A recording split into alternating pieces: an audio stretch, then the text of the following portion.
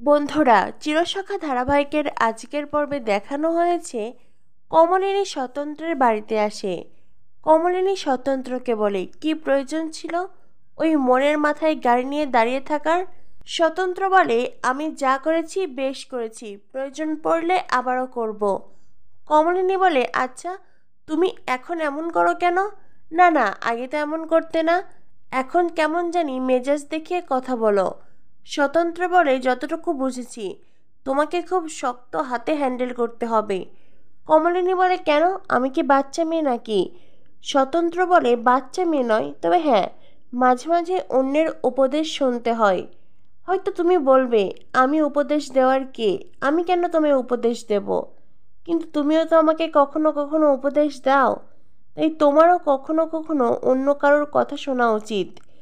কমলিনী বলে, আচ্ছা যাই হোক, এসব কথাই আসল কথাটাই বলা হচ্ছে না। আমার মনে হয় ওই মেয়েটা খুব তাড়াতাড়ি ওই বাড়ি ছেড়ে চলে যাবে, জানো তো? স্বতন্ত্র বলে, সে কি, চন্দ্রের এত এলেম আছে এটা তো জানা ছিল না। ওই মেয়েটাকে সরিয়ে দিচ্ছে, আর ওই মেয়েটাই বা কেমন, কেন চলে যাচ্ছে চন্দ্রের কথা শুনে? কমলিনী বলে, বুঝতে পারছো না, গভীর প্ল্যান হচ্ছে। হ্যাঁ, প্রথমে হয়তো ভেবেছিলাম সোহিনী যাবে না, কিন্তু এখন মনে হচ্ছে ওই গয়নাগুলো বন্ধক নয়, বরং ওই গয়নাগুলো বিক্রি করা হয়েছে, আর তাতে করেই বেশ অনেকটা টাকা হাতে এসেছে। আর সেই টাকাগুলো নিয়েই এখন সোহিনী চলে যাচ্ছে। টাকাগুলো শেষ হলে ও আবারও আসবে, আর এইভাবেই চলতে থাকবে। স্বতন্ত্র বলে, বুঝতে পেরেছি, আপাতত চন্দ্র সব কিছু ছেড়ে ছুড়ে ও তোমার বিরুদ্ধে কোর্টে কেস লড়তে চাইছে। কিন্তু চন্দ্র কেন এমনটা করছে সেটাই তো বুঝতে পারছি না। ও যে তোমাকে খুব ভালোবাসে তাও তো নয়। আমি যদি বুঝতে পারতাম চন্দ্র তোমাকে খুব ভালোবাসে, তবে না হয় দায়িত্ব নিয়েই তোমাদের এক করতাম।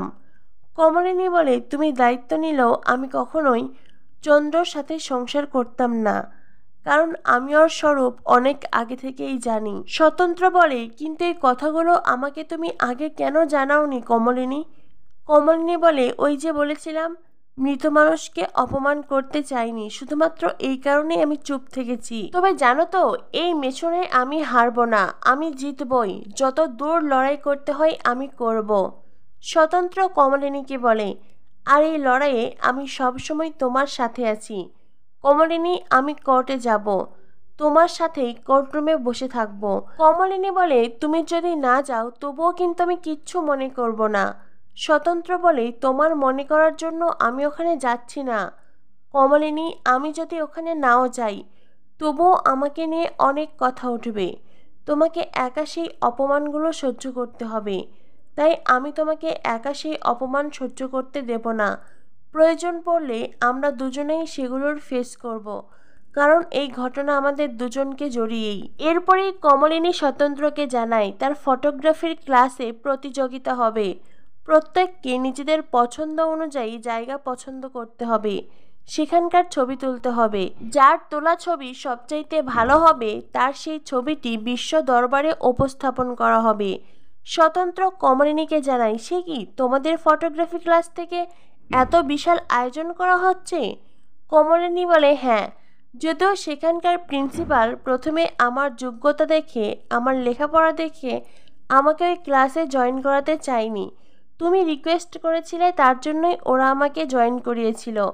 তখনই স্বতন্ত্র বলে, এটা কোনো বিষয় নয়, দেখো আমার অনেক চেনা জানা ছিল, পরিচিত ছিল, তাই আমি ওদেরকে বলেছিলাম, কিন্তু তা বলে তোমার ভেতরে যে যোগ্যতা নাই সেটা তো মিথ্যে, আর সেটা তুমি নিজের যোগ্যতাই প্রমাণ করে দিয়েছ।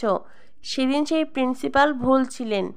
এরপরেই স্বতন্ত্র কমলিনীর অনেক অনেক প্রশংসা করে, আর তারপরেই কমলিনীর কাছে জানতে চাই, তুমি তো রাতে বাইরে থাকতে পারবে না, তো কি সিদ্ধান্ত নিলে, কোন লোকেশনে যাবে? তখনই কমলিনী স্বতন্ত্রকে বলে, আমি কলকাতা নিয়েই কাজ করতে চাই। স্বতন্ত্র বলে, কলকাতায়? তবে তুমি কলকাতার বাহিরেও কিন্তু কিছু কিছু লোকেশন সিলেক্ট করতে পারো। এরপরেই স্বতন্ত্র খানিকটা ভেবে বলে, তুমি তো আর আমাকে সাথে নেবে না, নইলে আমিও তোমার সাথে যেতাম। প্রথমে কমলিনী রাজি হয় না, তারপরে কমলিনী বলে, প্রয়োজন পড়লে আমি তোমাকে সাথে নিয়ে যাব। কথাটা শুনে স্বতন্ত্র অবাক হয়ে যায়। তবুও স্বতন্ত্র বলে, তারপরেও তো আমাদের বেলায় বেলায় ফিরতে হবে। কমলিনী বলে, কেন, রাত হলেও কোনো সমস্যা নেই, দেখো, দিনের বেলা আমি তোমার কাছে সেফ, আর রাত হলেই আমি তোমার কাছে সেফ নই, বিষয়টা তো এমন নয়। আর যদি এমনটা ভেবেও থাকি তবে তো আমি তোমাকে পুরোটা বিশ্বাসই করতে পারলাম না। আমি যার কাছে দিনের বেলা সেফ, আমি মনে করি আমি তার কাছে রাতের বেলাও সেফ। কমলিনীর কথা শুনে স্বতন্ত্রের মন ভরে যায়, কিন্তু স্বতন্ত্র জানায়, আমি তোমার কথা বলছি না, আমি এই সমাজের কথা বলছি, সমাজের কিছু নিয়ম, কিছু মানুষের কথা বলছি। কমলিনী জানাই, আমি যে সমাজকে খুব একটা বেশি পাত্তা দিচ্ছি তাও তো নয়। এরপরেই স্বতন্ত্র কমলিনীকে বলে, ঠিক আছে, আমি তোমার জন্য খাবার রেডি করছি। কমলিনী জানায় তার কোনো প্রয়োজন নেই, আজ আমি খাবার নিয়ে এসেছি, খাবারগুলো এখনও গরম আছে। তখনই স্বতন্ত্র বলে, আমার জন্য তুমি খাবার এনেছো? কি খাবার শুনি? কমলিনী জানায়, আমি তোমার জন্য সিঙ্গার এনেছি, রাস্তার ধারে বিক্রি হচ্ছিল জানো তো, দেখে খুব করে ইচ্ছে করছিল তোমার জন্য নিতে। স্বতন্ত্র বলে, আমার জন্য সিঙ্গারা? তুমি তো বলেছিলে আমার তেলে ভাজা জিনিস খাওয়া বারণ, আর রাস্তার ধারের জিনিস তো একদমই না। কমলিনী বলে, হ্যাঁ বলেছিলাম, তবে আজ খুব ইচ্ছে হলো। এরপরেই স্বতন্ত্র আর কমলিনীর খুনসুটি দেখানো হয়। স্বতন্ত্র কমলিনীকে বলে, মুখে কিছু না বলেও যে কেউ কারোর এতটা যত্ন নিতে পারে, এতটা নজরে নজরে রাখতে পারে, তোমাকে না দেখলে বুঝতাম না। কমলিনী স্বতন্ত্রকে বলে, কি বললে? আমি তোমায় নজরে রেখেছি? স্বতন্ত্র বলে, রেখেছই তো, আর সেই নজর ছেড়ে বাহিরে যাওয়ার ক্ষমতা আমার নেই। কমলিনী বলে, এইটা মোটেও নয়। স্বতন্ত্র বলে, এইটাই।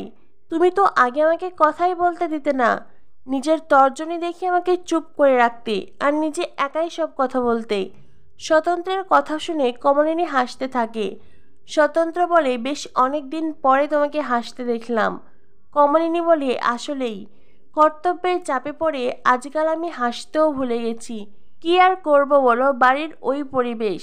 তবুও যখন তুমি আমাদের সাথে ওই বাড়িতে থাকতে একটা উৎসব লেগে থাকতো, আর এখন মনে হয় বাড়িটা একদমই অন্যরকম হয়ে গেছে। আমার নিজের ছেলেই তোমাকে যেভাবে অপমান করেছে, তারপরেও তোমাকে ওই বাড়িতে আমি কি করে থাকতে বলবো?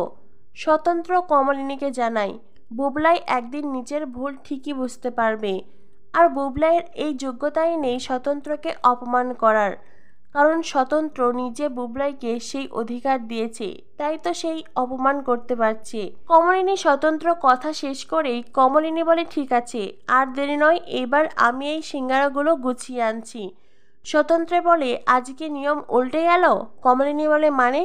স্বতন্ত্র বলে, এই যে রোজ আমি তোমার জন্য খাবার বেড়ে এনে তোমাকে খাইয়ে দেই। কমলিনী বলে, আজ না হয় তার উল্টোটাই হবে। কথাটা শুনেই স্বতন্ত্রের মন ভালো হয়ে যায়, সে আনন্দে গান গাইতে থাকে। এরপরেই কমলিনী থালায় সিঙ্গারা গুছিয়ে আনে, আর তারপরেই স্বতন্ত্রকে খাইয়ে দেয়।